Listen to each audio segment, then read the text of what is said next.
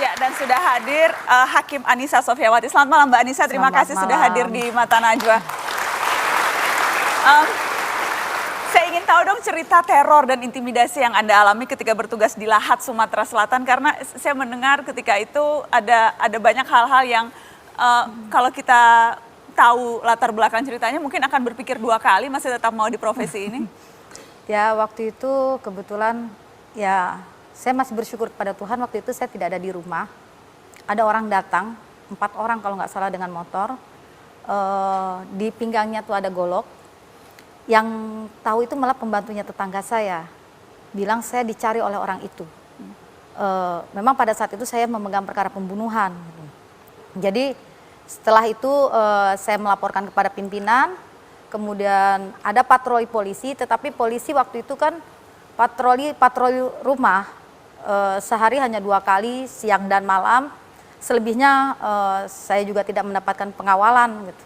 Jadi saya hanya bisa berdoa kepada Tuhan waktu itu, semoga saya dikasih keselamatan. Dan saya berpikir pada saat itu kalau memang akhirnya saya harus berakhir di sini, saya yakin Tuhan akan memberikan surga untuk saya. Assalamualaikum warahmatullahi wabarakatuh. Kita perkenalkan Anissa Sofyawati. Saya Anissa Sofyawati, saya alumni SMA 8 Angkatan 93. Sekarang saya adalah Hakim Yustisya di Badan Pengawasan Mahkamah Agung Republik Indonesia. Mbak Anissa yang tampil di sini juga pernah mendapatkan penghargaan sebagai hakim terpilih ya Hakim pilihan oleh majalah mingguan terkemuka di Indonesia, majalah Tempo. Selamat ya. Terima kasih. Meskipun untuk beberapa tahun yang lalu, tetapi nama Anissa ini cukup melekat di kalangan pegiat hukum, media, dan tentu saja orang-orang yang bergerak di bidang hukum dan keadilan. Anissa ini juga pernah tampil loh di acara Mata Najwa ya. Ya. Wah, hebat banget nih. Mungkin buat alumni Semandal yang masih muda-muda ini jadi role model nih, jadi contoh nih. Bagaimana setelah lulus dari SMA Negeri 8, kuliah, kemudian berkarir di bidang masing-masing, dalam kaitan ini bidang hukum ya. Bidang hukum. Dan berprestasi. Sekarang kita ingin tahu dulu nih, lebih lanjut siapa Mbak Anissa ini, tokoh perempuan, tokoh wanita di bidang hukum dan keadilan yang notabene adalah alumni SMA Negeri 8 Jakarta. Mungkin Anissa bisa cerita nih, siapa Anissa dulu? Oke, saya masuk ke SMA 8 itu tahun 90 dan lulus tahun 93. Kegiatan saya di SMA 8 itu saya ikut organisasi KIR, namanya Science ya. Okay. Dan kebetulan saya mengambil bidang sosial, penelitian sosial. Nah, setelah saya lulus SMA 8, kemudian saya masuk ke Fakultas Hukum UI. Setelah lulus dari Fakultas Hukum UI, tahun 2001 atau 2002 itu saya tergabung ke dalam lembaga swadaya masyarakat NGOs. NGOs-nya tuh FOI, Freedom of Information Act. Wes. Di mana pada saat itu FOI itulah yang mendraft gitu ya, bersama-sama dengan beberapa LSM mendraft RUU kebebasan memperoleh informasi publik. Nah, itu yang sekarang dimanfaatkan oleh masyarakat ya. Ya. Tapi jangan jauh dulu, Ya, kita ke oke, 8 oke. dulu. Oke, Nah, kita cerita di 8 dulu nih. 3 tahun di 8 itu kan masa yang paling menyenangkan buat Ya, Anissa dan tentunya buat rekan-rekan alumni semua dan buat masyarakat umum yang bersekolah di masa SMA. Ya. Nah, kira-kira Anissa bisa cerita nggak masa-masa indah di SMA 8 tuh, apakah dari segi kegiatan OSIS, pelajaran, pertemanan, coba bisa cerita dulu. Memang saya bilang masa yang paling menyenangkan dalam hidup saya adalah ketika saya di SMA. Tuh, saya itu dituntut oleh bapak saya untuk bisa masuk SMA 8. Wah. Jadi bapak saya itu dulu mengancam saya, kalau saya nggak sampai nggak masuk di SMA 8, saya akan dimasukkan ke pesantren. Oh, pesantrennya jauh lagi ya? Pesantrennya di Gontor waktu itu. Oh, di Gontor. Terus saya akhirnya wah gimana caranya supaya saya tidak masuk pesantren waktu itu. Kemudian saya belajar benar gitu, saya masuk SMA 8. Awalnya masuk SMA 8 tuh saya sempat stres. Ya ampun, ini teman-teman saya kok pinter-pinter banget ya. Dan saya merasa saya tuh tidak pintar gitu. Jadi saya sempat agak-agak stres di awal-awal. Luar biasa ini teman-teman saya. Dan kemudian ada kakak sepupu saya yang dulu juga alumni SMA 8 merekomendasikan untuk ikut KIR. Oh. Nah, disitulah saya akhirnya masuk ke dalam KIR. Saya ikut teman-teman bikin penelitian, dan memang setelah ikut KIR itu saya merasa mental tuh terasah ya, mental sebagai anggota KIR tuh terasa Kalau nggak salah nama KIR di SMA 8 itu luar biasa. Sains ya, Ya, Sains dan ya. Perpustakaan. Sains dan perpustakaan. Si Sains dan Si Perpustakaan. Sains dan perpustakaan. Dan memang di kelompok sains itu memang teman-teman saya tuh, saya mengaku bahwa mereka Hebat-hebat. pintar-pintar.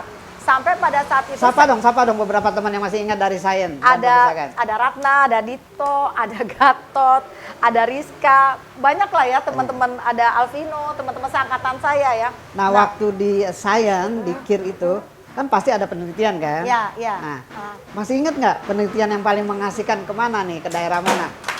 Saya ingat banget waktu itu saya ke Cisampih, itu kelas 1 naik kelas 2 SMA, saya ke Cisampih itu di Sumedang, daerahnya terpelosok, terus kemudian di situ pas lagi musim kering, nggak ada air, jadi kita tuh untuk mandi aja susah.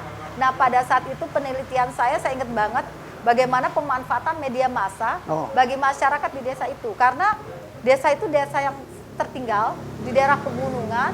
Nah, terus kita mau tahu sebenarnya masyarakat di situ tuh tahu informasi tuh gimana ya gitu. Berapa hari ngomong-ngomong di Sumedang? Itu 7 hari ya, Waduh. biasanya kira 7 hari, dan memang Ada luar yang dampingi biasa. guru nggak? Guru pembimbing? Ada. Oh, ada. Mas Suradi salah satunya ya. Iya. Mas Suradi selalu mengikuti kemana kami melakukan penelitian, dan Alhamdulillah memang kita ketemu lagi di sini ya. ketemu lagi, dan memang salah satu yang menjadi mentor untuk penelitian sosial kan Pak Suradi gitu. Alhamdulillah. Pak Suradi juga yang mengajar saya sejarah gitu. Jadi satu-satunya yang membuat saya saat itu senang belajar sejarah adalah karena saya diajak Pak Suradi belajar sejarah langsung datang ke museum. Oke. Nah, selama Ini ada hubungannya nggak nih? Sejarah, sains, terus sama hukum nih, sama ya, keadilan. itu menjadi bagian dari yang membentuk saya gitu ya. Sehingga akhirnya saya pada posisi seperti sekarang ini. Oke, kita kembali lagi ke sekolah dulu nih Ya, sebelum kita keluar nih. ya. Selain sains, Anissa kan pasti bergelut dengan pelajaran lain yang tanda kutip awal-awalnya menyulitkan ya. Mungkin juga banyak ngulang kalau istilah anak sekarang remedial atau remit. Waktu di Banyak SMA, nggak pelajaran yang di remit? waktu di waktu itu? SMA 8 itu kita baru awal-awal masuk itu udah dibilangin, siap-siap ya dapat nilai rotring, dia bilang tuh. Waduh, nilai rotring ini kan 0,1 paling tinggi kan 2 ya apa berapa gitu. Ternyata itu saya alami. Saya dapat nilai rotring itu di pelajaran kimia, makanya Dan banyak yang nangis loh. Anissa sempet nangis nggak? Dapat nilai gitu? saya sih nggak sempet nangis, tapi saya stres. Nah, yang paling saya bikin deg-degan adalah kalau saya udah terima rapot bayangan. Karena rapot bayangan itu kan rapot yang belum diolah sama sekali. Saya membayangkan gimana ekspresi bapak saya, orang tua saya kalau ngelihat rapot bayangan saya nilainya seperti itu gitu. Tapi ya saya pikir teman-teman saya yang lain juga banyak yang Oke, ternyata tapi biasanya kan kalau proses di pembelajaran di 8 kan meskipun awal-awal nilainya rotring 0,1, 2, 3 dan banyak yang limbung, akhirnya kan nanti di akhir akan baik. Ya. Nah, selain pelajaran, satu lagi nih kira-kira yang masih ingat nggak nih? Pengalaman apa yang paling berkesan di 8 yang lebih dari 25 tahun ini nih masih ingat oleh Anissa? saya itu ditempa untuk pertama memang di 8 itu disiplinnya kuat. Ya. Disiplinnya kuat, terus kemudian persahabatan dan pertemanannya kuat. Terbukti sampai sekarang ya? termasuk sampai sekarang, ikatan alumninya kuat, dan memang kita saling backup satu sama lain. Itu tidak saya dapatkan dimanapun gitu ya. Itu alumni SMA 8 itu luar biasa. Dengan berbagai bidang ilmu kita bisa kumpul bareng lagi, kita bisa sama-sama membuat sesuatu ide bersama gitu, dan itu sampai sekarang masih ada. Dan kemudian disitulah yang membuat saya punya mental yang kuat, karena gini, kita terbiasa untuk sekolah 7 hari, gitu. Itu nggak mudah untuk kita bisa enjoy sekolah 7 hari dari hari Senin sampai hari Minggu. Tapi hari Minggu bukan berarti sekolah klasikal, artinya organisasi ya? Organisasi. Jadi Senin sampai Sabtu kita sekolah, hari Minggu organisasi, tapi organisasinya juga kita nggak ada yang organisasi yang main-main, artinya yang sekedar Serius tapi asik. Serius tapi asik. Nah, Oke. itu saya dapatkan. Jadi walaupun kita ikut judulnya ikut ekstrakurikuler, tapi kita dapat banyak pengetahuan dan pengalaman. Kalau sekarang Mbak Anissa sebagai hakim ini, apa memang waktu masa SMA udah terbayang nih, gue mau jadi hakim nih? Atau karena pengaruh dari guru di sekolah waktu ngajarkan pelajaran tertentu, atau karena tanda kutip pesanan orang tua. Ya. Oke, jadi Kira-kira gimana? memang bapak saya itu terakhir menjabat sebagai Ketua Pengadilan Tinggi Agama Kalimantan Barat. Oh, turunan hakim ternyata. Tapi beliau kan meninggal di tahun 91 pada saat saya masih SMA kelas 2. Oh. Memang sebelum beliau meninggal, beliau sering bilang, saya mau anak-anak saya ada yang menggantikan saya sebagai hakim. Tapi saya bilang nggak mau, saya bilang tuh menjadi hakim itu nggak mudah, berat. Kebetulan bapak saya hakim agama kan banyak mengurusi orang-orang ribut. Jadi saya bilang, males kerja yang ngurusin orang ribut terus, saya bilang gitu. Nah, terus kemudian lulus dari SMA 8, saya daftarnya nggak mau fakultas hukum, saya maunya masuk fakultas ekonomi. Oke. Gitu. Nah, tapi ternyata saya diterimanya di fakultas hukum UI. Ya awalnya saya ogah-ogahan ya, belajar tuh saya ogah-ogahan. Aduh nih menghafal lah segala macem. Saya tuh Bukunya orang tebal-tebal ya? dan saya paling nggak suka tuh kalau disuruh menghafal tuh saya nggak suka gitu. Nah tapi begitu berjalannya waktu, udah di semester akhir kan sudah mulai menganalisa kasus. Nah di situ saya sudah mulai tertarik gitu. Oh iya ternyata hukum ini menyenangkan belajarnya karena kita ada kasus, kita analisa, kita selesaikan bagaimana menyelesaikan kasus-kasus hukum. Nah pada saat itu sempat saya bilang sama teman-teman saya, kalau saya mau menjadi aparat penegak hukum, saya mau jadi hakim. Karena hakim itu tidak bisa diintervensi oleh siapapun. Saya bilang itu. Kalau polisi, jaksa itu masih ada garis komando. Tapi kalau hakim benar-benar independen. Nah, Tapi waktu masuk pertama kali ke Fakultas Hukum UI tahun 93, itu kan masa-masa transisi ya, Iya. antara senang dan enggak, Iya. masih pengen ke Fakultas Ekonomi, Iya. yang membuat Anissa langsung firm, iya nih ternyata Fakultas Hukum cocok. Itu peristiwa apa atau karena pengaruh apa? jadi awalnya saya 93 itu nggak lulus UMPTN. Oh, Karena saya pilih ekonomi waktu itu. Jadi ekonomi UI akuntansi Unpad. Saya nggak lulus. Nah terus kemudian tahun kedua saya sempat kuliah di Akademi Perbankan waktu itu. Nah tahun kedua saya ikut lagi UMPTN. Saya pilih lagi ekonomi UI dan Fakultas Hukum. Akhirnya saya dapetnya Fakultas Hukum. Saya jadi mikir, meskipun pilihan kedua di tahun kedua, berarti 94 ya? Iya 94. Saya akhirnya mikir jangan-jangan ini memang pilihan yang sudah ditentukan oleh Tuhan gitu ya. Oke. Supaya saya masuk ke Fakultas Hukum. Awalnya saya nggak suka tapi ya saya bilang ya sudah saya harus jalani ini. Berarti di Fakultas Hukum banyak ketemu teman-teman yang satu angkatan dari 893. Sekarang Anissa masuk Fakultas Hukum Benar. tahun 94. Saya jadi juniornya Jadi teman-teman seangkatan. Ya. Saya jadi junior teman-teman. Nah teman-teman itulah yang ospek saya di tahun 94. Jadi tapi seru-seruan gitu karena di FHUI itu banyak bener alumni SMA 8. Dan hebat-hebat ya? Mereka rata-rata dalam satu saya hitung itu hampir 25% pada saat itu alumni SMA 8. Wah, tepuk tangan dulu dong untuk alumni SMA 8. Jadi 25% yang menjadi mahasiswa Fakultas Hukum UI waktu itu adalah alumni SMA 8. Jadi saya itu kuliah di FHUI ya kayak pindah sekolah. Di angkatan 93 saya ketemu dengan teman-teman seangkatan saya. Di angkatan 94 saya juga bareng dengan alumni SMA 8 juga Nah, gitu. ketika di UI itu, ini kan kampusnya masih udah di Depok ya? Udah di Depok, Nah, udah di Depok. Kira-kira Anissa melakukan apa ya aktivitas yang menyenangkan di Fakultas Hukum itu? Atau kegiatan mahasiswa apa yang Anissa ikuti itu asik banget nih? Di samping masalah hukum tapi juga masalah yang lain. Saya terlibat di Senat. Oke. Saya ikut kegiatan Senat. Terus kemudian ya kalau di Senat itu kan banyak sekali kegiatannya. Di Senat itu banyak sekali kegiatannya. Jadi saya aktif lah di Senat di luar dari saya kuliah. Jadi memang saya dari bapak saya memang sudah mewanti-wanti saya untuk kalau kalau ya dari SMP, dari SMA gitu dan mereka dan beliau mewanti-wanti harus ikut organisasi. Di sekolah itu harus ikut organisasi. Karena itu yang akan menggembleng kita, itu yang akan melatih kita untuk menjadi pimpinan atau menjadi apa ya? Kalau kita terbiasa ikut organisasi itu kan jadi terlatih ya. Waktu di Fakultas waktu di Fakultas Hukum UI, Anissa masih ingat nggak prestasi apa yang diukir di sana tuh? Baik kegiatan senat maupun kegiatan akademis. Kalau saya sih di Fakultas Hukum UI biasa aja ya. Oh, biasa. Biasa aja karena Tapi memang nanti baru berkarir karena gini, memang pada saat itu kebetulan saya kuliahnya double. Nah, begitu saya diterima di UI, saya pagi kuliah di UI, saya malam kuliah di Akademi Perbankan. Wah, Sampai masih penasaran dengan ekonomi ya? selesai. Ya, masih penasaran dan akhirnya selesai juga. Buat alumni Semandel yang seusia angkatan seperti saya, 82, 81, yang punya putra putri, mungkin ingin masuk ke Fakultas Hukum seperti Anissa, atau adik-adik kita di SMA 8 nih, siapa tahu mau masuk Fakultas Hukum, ini ada model kita nih, ada role model, ada contoh terbaik, salah satunya ya, yang lain juga banyak, tapi salah satunya Mbak Anissa. Nah, kita obrolin lagi nih prestasi Mbak Anissa yang perlu dikulik-kulik nih. Jadi pada saat itu saya tergabung di dalam LSM. Awalnya saya bergabung dalam LSM yang bergerak di program Grameen Bank Bangladesh. Nah itu tidak lama, terus kemudian Kalau saya nggak salah bank pedesaan ya, Grameen? Ya, Oke. Grameen Bank Yang Bangladesh. membantu Jadi masyarakat membangun pedesaan. ekonomi ibu-ibu masyarakat kecil, terutama kaum perempuan Ya. waktu itu. Jadi ada bantuan dari saya lupa ya waktu itu bank apa, BCA Peduli atau apa gitu ya kalau nggak salah.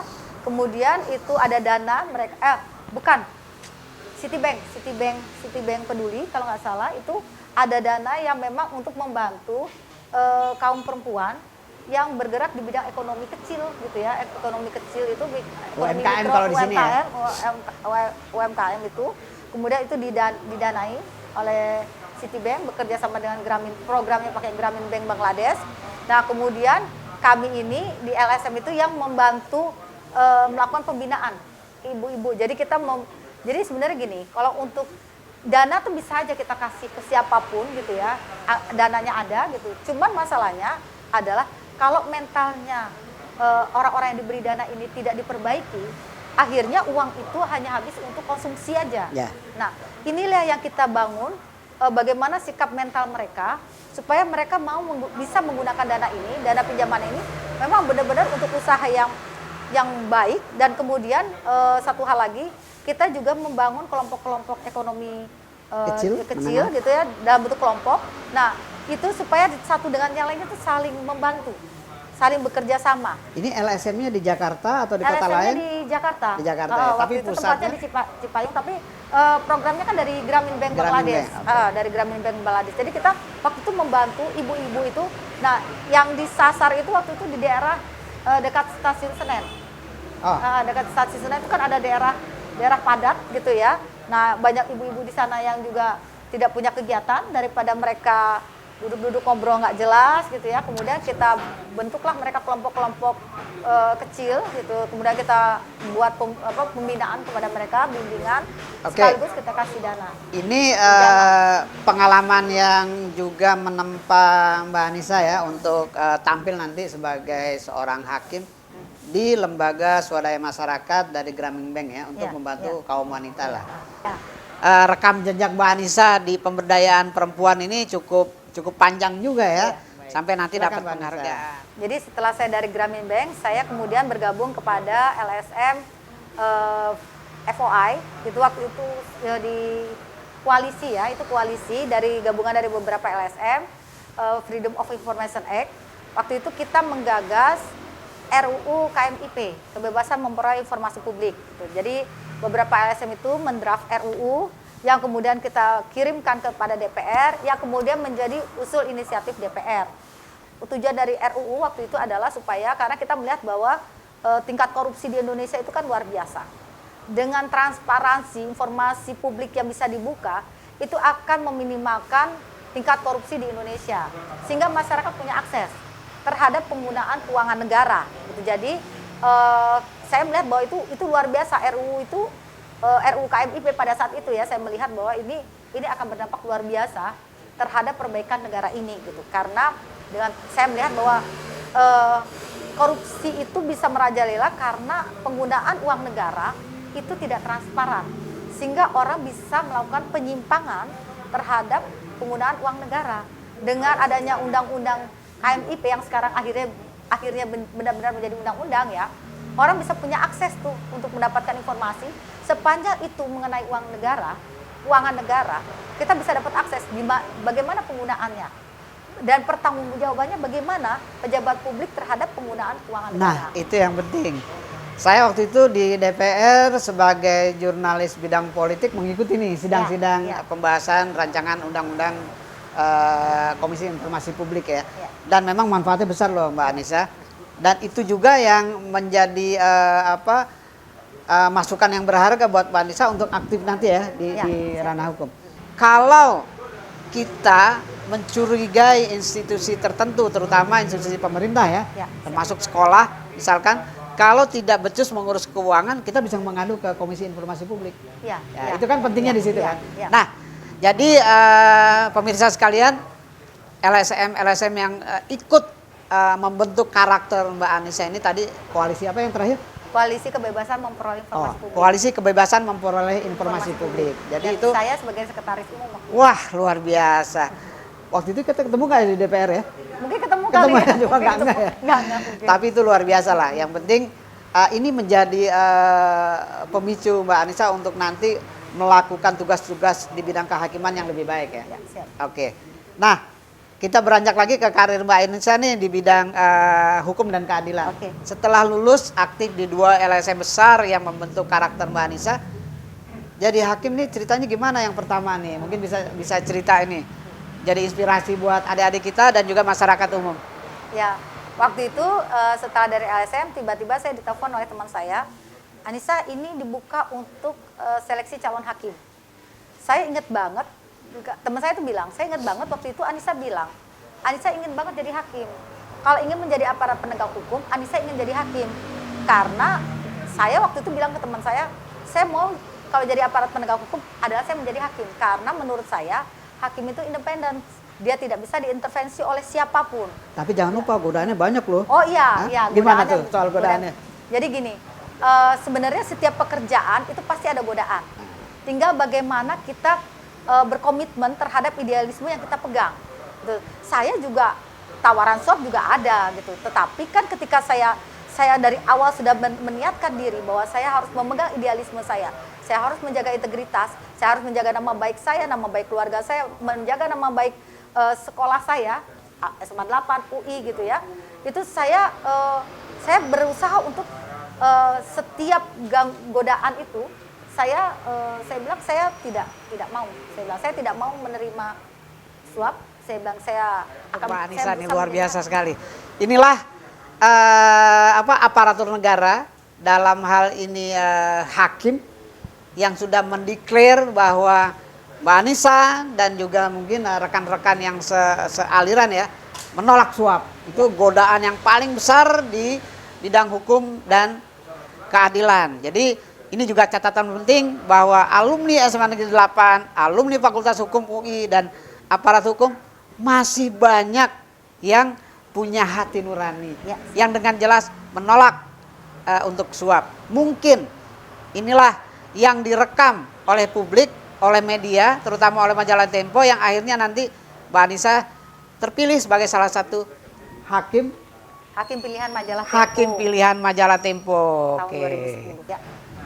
Dan tadi kita sudah bicara tentang bagaimana rintangan dan tantangan sebagai hakim karena cobaan itu berat banget. Salah satunya suap dan berbagai modus yang intinya orang ingin menghalalkan segala cara untuk kepentingannya.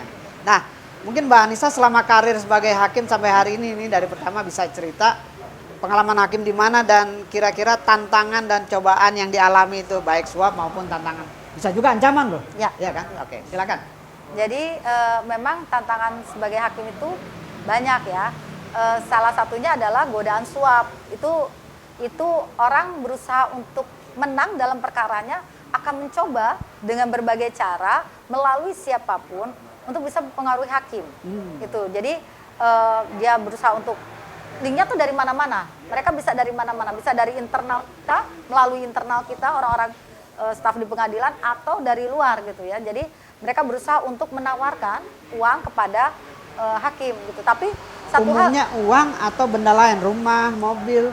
Sebenarnya macam-macam ya, sebenarnya tawarannya macam-macam. Tapi waktu ke saya kan uang, tawarannya uang. Boleh disebutin kira-kira paling besar berapa? saya nggak tahu karena kan saya nggak mau. Atau satu koper ya? Enggak sih, enggak. Gitu. Jadi saya nggak mau. Memang waktu itu pernah ada bilang, oh di perkara itu uangnya sekian ratus juta loh, dibilang itu waktu itu ya. Cuma saya nggak mau ya. Dan terus, tapi gini, ketika kita tidak mau menerima suap, gitu ya, sekali dicoba, 2 kali dicoba, 3 kali dicoba kita untuk disuap, gitu ya. Ketika kita nggak mau, besok orang juga mikir mau menawarkan suap lagi. Dan setelah itu memang tidak ada lagi orang mau menawarkan suap ke saya karena mereka Atau sebaliknya Mbak Anissa, ada nggak nih misalkan setelah dijanjikan suap pertama, kedua, ketiga dengan jumlah nominal uang yang cukup besar, ditolak kan? Nah, biasanya para penyuap itu kan punya alternatif lain, plan lain, misalkan mengirim ancaman, Oh ya. mengirim orang untuk menakut-nakuti dan sebagainya. Pernah nggak dialami? Jadi itu pernah beberapa kali saya alami ancaman waktu saya bertugas di Lahat Sumatera Selatan. Itu juga pernah saya sampaikan waktu saya diminta bicara di Mata Najwa, juga ketika saya diwawancara di majalah Tempo gitu. Saya pernah didatangi orang bawa golok ke rumah dan itu waktu itu kasus pembunuhan. Tapi ya alhamdulillah kan saya masih diberi pertolongan dan diberi keselamatan ya. Pada saat orang itu datang, 4 orang ke rumah, datang ke rumah, 4 orang datang ke rumah bawa golok. Dan kebetulan pada saat itu saya nggak ada di rumah. Jadi saya diberitahu oleh pembantunya tetangga saya yang bilang, ada Bu, ada 4 orang mencari ibu, dibilang itu. Kayaknya di pinggangnya tuh ada selipan deh, dibilang gitu. Mungkin golok Bu, gitu. Jadi nah setelah itu saya lapor polisi kan, saya lapor kepada pimpinan saya, pimpinan pengadilan, terus kemudian koordinasi dengan Kapolres waktu itu. Akhirnya rumah saya dipatroli gitu sama polisi. Nah itu yang kedua juga waktu saya pegang lagi perkara pembunuhan juga di Brebes, Pengadilan Negeri Brebes, itu juga gitu, dibuntutin orang juga gitu ya, dibuntutin orang. Pulang dari kantor atau berangkat dari kantor? Pulang dari kantor, kan saya kan ke kantor naik motor. Wah, gitu ya, jadi baik. sampai sekarang masih naik motor. Jadi karena memang efektif ya naik motor tuh efektif. Tapi kalau dikasih mobil mau nggak? Kan saya udah beli sendiri. Oh, iya. Jadi nggak perlu dikasih gitu kan. Gitu. Jadi apa saya tetap lebih suka naik motor karena terhindar dari macet kalau di Jakarta. Tapi memang mobilitasnya kan lebih mudah gitu kalau naik motor. Dan memang saya sampai terakhir saya tugas di Subang, Pengadilan Negeri Subang, sebelum saya masuk ke Bawas, saya masih menggunakan motor kemana-mana dan memang hanya itu kendaraan yang saya punya. Sampai terakhir saya menjadi hakim di Subang itu memang hanya motor yang saya punya. Artinya sebagai hakim enjoy aja pakai motor ya? Nggak apa-apa. Nggak apa-apa. Ini buat ini juga nih, buat contoh nih, buat pemirsa, hakim yang sudah punya nama, reputasinya baik, bagus, sudah berkali-kali menolak suap, hidupnya sederhana. Kemana-mana pakai motor, bayangkan ini. Nah, Anissa bisa cerita lagi nggak tawaran yang menggiurkan, apa lagi yang pernah ditawarkan ke Mbak Anissa untuk menggolkan satu perkara? Gini ya, kan karena saya tidak pernah mau terima tamu, saya tidak pernah mau terima suap, akhirnya itu menjadi brand saya gitu di pengadilan. Jadi orang-orang juga mikir, kalau mau kasih saya uang, orang mikir, pasti saya nggak mau. Pernah waktu itu ada jaksa bilang ke teman saya gitu, ketika dia khawatir dengan perkaranya dia laporlah sama Kajarinya, Pak, ini perkara kita ini kayaknya arahnya tuh akan bebas gitu kan, akan bebas gitu, menurut jaksa itu kan. Terus Kajarinya bilang, minta tolong sama hakimnya, gimana caranya supaya jangan sampai bebas. Dan Mbak Anissa gitu. sebagai hakim waktu itu? Saya hakimnya, tapi Pak ini masalahnya hakimnya gak mau terima uang Pak. Gitu. Jadi ini gimana gitu. Jadi waktu itu sempat itu ada, dan itu disampaikan oleh teman saya, gitu, karena jaksa itu mengeluh kepada teman saya gitu ya, ke teman saya bahwa waktu itu dia bingung kan gitu, gimana ini perkara ini bagaimana gitu kan, harus gimana, karena dia tahu gitu arah perkara ini akan bebas. Dan kalau bebas kan kalau di kejaksaan kan biasanya untuk jaksa kan ada pemeriksaan tersendiri ya, mereka ada catatan tersendiri untuk jaksa yang tidak berhasil membuktikan dakwaannya waktu itu. Dan saya bilang, saya itu kalau saya bisa membebaskan suatu perkara, saya akan bebaskan, tetapi saya akan melakukan pembuktian maksimal. Jadi saya akan menggali benar fakta di persidangan sampai saya yakin saya harus bebaskan orang itu, saya akan bebaskan. Artinya keputusan itu memang benar-benar berdasarkan fakta dan data yang akurat. Iya, nah, kan Mbak Anissa tadi nyebut nih, punya brand yang cukup baik. Apa sih panggilan sebutan Mbak Anissa di kalangan rekan-rekan? Ini hakim yang nggak mau disuat, apa nih sebutannya nih? Kalau dulu di Subang saya dibilang herder. Wah, herder. Jadi maaf, kayak anjing yang besar. Iya, karena dianggap mengerikan gitu Iya, ya kalau iya. ya dipanggil. Waktu di Subang. Waktu di Subang. Kalau di daerah lain? Waktu di bawah saya dibilang katanya singa betina. Wah. jadi saya bilang ini kenapa kebun binatang ada di saya semua ya. Tapi orang nggak tahu loh betina atau laki-laki kalau singa tetap menakutkan kan? Tetap menakutkan gitu. Tapi memang itu kalau kita memang konsisten memegang idealisme kita gitu, nggak akan ada lagi orang yang akan mencoba kita untuk menyuap. Nah itu. Jadi tepuk tangan nih untuk idealisme yang kuat, yang hebat untuk menjaga integritas ya. Iya. Jadi Terutama, karena orang tahu, orang iya. tahu nggak mungkin saya mau menerima tawaran dari orang itu gitu loh. Jadi nggak ada lagi orang yang akan berusaha menyuap saya, nggak ada. Baik ya. Wah salut sekali. Oke. Kita masih ada waktu sedikit lagi nih. Kita mau bicara masa-masa sekarang. Anissa kan sempat ingin masuk dalam komisi atau Dewan Pengawas KPK ya, Komisi Pemberantasan Korupsi. Dan juga sekarang lagi studi S2 lagi ya, di UGM. Saya lagi ambil kuliah di UGM. Wah luar biasa, mungkin bisa cerita sedikit tuh, dua hal itu. Nah. Sebelum kita tutup obrolan kita. Ya kebetulan saya daftar kuliah di UGM itu gini, kemarin-kemarin saya tidak punya kesempatan untuk kuliah karena saya bertugas di kabupaten yang tidak ada universitasnya. Gitu. Nah, kebetulan sekarang ini ada kesempatan bisa daftar di UGM dan kuliahnya Zoom, maka saya mengambil kesempatan itu. Jadi saya mengambil kesempatan kuliah di UGM gitu, walaupun S1 saya di UI. Ambil spesifikasi Magister ilmu. Udah semester berapa? Saya semester kedua. Wah, Ya. mudah-mudahan kuliahnya lancar ya. Amin, amin. Tapi ngomong-ngomong karir yang menjadi incaran di Dewas itu Dewas KPK. Jadi waktu itu lagi masa seleksi untuk dicari hakim perempuan yang berintegritas waktu itu. Nah, saya bilang kenapa saya ingin gitu mendaftarkan diri sebagai Dewas, apalagi sekarang ini kan saya memang bertugas di Badan Pengawasan gitu. Jadi menurut saya itu linier dengan tugas yang nanti akan dilakukan di Dewas gitu, Dewas KPK. Nah, tapi waktu itu terhalang karena umur saya belum 50 tahun gitu. Jadi syaratnya 50. Jadi syaratnya umur di Undang-Undang KPK itu syarat untuk menjadi anggota Dewas adalah umur 50 tahun. Jadi pintu tertutup.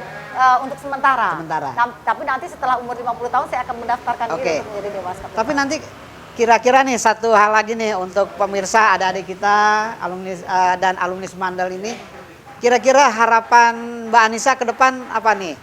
Ada nggak target atau keinginan atau sesuatu yang ingin digapai nih 1 tahun 2 tahun ke depan setelah selesai studi? Kira-kira apa nih?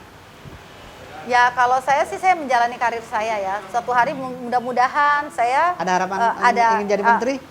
Oh kalau menteri kan bukan jalurnya. Oh bukan jalurnya. Karena kan saya lembaga yudikatif gitu. Jadi mudah-mudahan saya bisa terus meningkatkan kemampuan saya dan meningkatkan prestasi saya di bidang saya sebagai hakim. Nah terus kemudian saya juga bisa memberikan menginfluence ya kepada mempengaruhi kepada banyak orang gitu ya untuk kita sama-sama loh menjadi aparat penegak hukum yang menjaga integritas. Akan sangat luar biasa bagi negara ini kalau aparat penegak hukumnya orang-orang yang memegang idealisme dan integritas. Oke, ini penekanan lagi. Hakim yang berintegritas yang harus menjaga marwah hukum dan keadilan ya. Ini gimana ini? Kira-kira pesan terakhir Mbak Anissa apa nih buat adik-adik kita di Semandal, buat alumni Semandal dan juga buat masyarakat umum yang mau masuk bergerak di dalam bidang yang tanda kutip godaannya banyak banget. Iya. Apa pesannya? Jadi saya berharap makin banyak terutama alumni-alumni SMA 8 gitu ya yang mau menjadi bagian dari aparat penegak hukum, tetapi aparat penegak hukum yang menjaga idealisme dan integritas. Ya. Kita sama-sama membantu negara ini gitu ya, membantu masyarakat gitu ya untuk mendapatkan keadilan yang memang benar-benar bisa dirasakan oleh masyarakat secara luas gitu dan itu kan nggak banyak ya, itu nggak banyak dan saya berharap itu bisa lahir dari alumni SMA 8. Ya, artinya karena kita negara hukum, Mbak Anissa mengajak alumni SMA 8 dan adik-adik kita yang mau masuk ke sana untuk nanti menjadi aparat hukum yang berintegritas ya. Iya. Oke, terima kasih. Jadi sebentar ada pesan saya. Oh, pesan lagi yang bagus. Pesan saya terakhir bahwa gini, jangan kita cuma bisa protes dari luar. Gitu. Jadi kita teriak-teriak dari luar, itu tidak akan membawa pengaruh apapun. Ya. Tapi kita menjadi bagian orang yang membuat perubahan di dalam. Itu akan terasa sekali dampaknya dan manfaatnya untuk banyak orang. Oke. Asal jangan tergoda ya. Kita tepuk tangan untuk Bu Anissa. Jangan lupa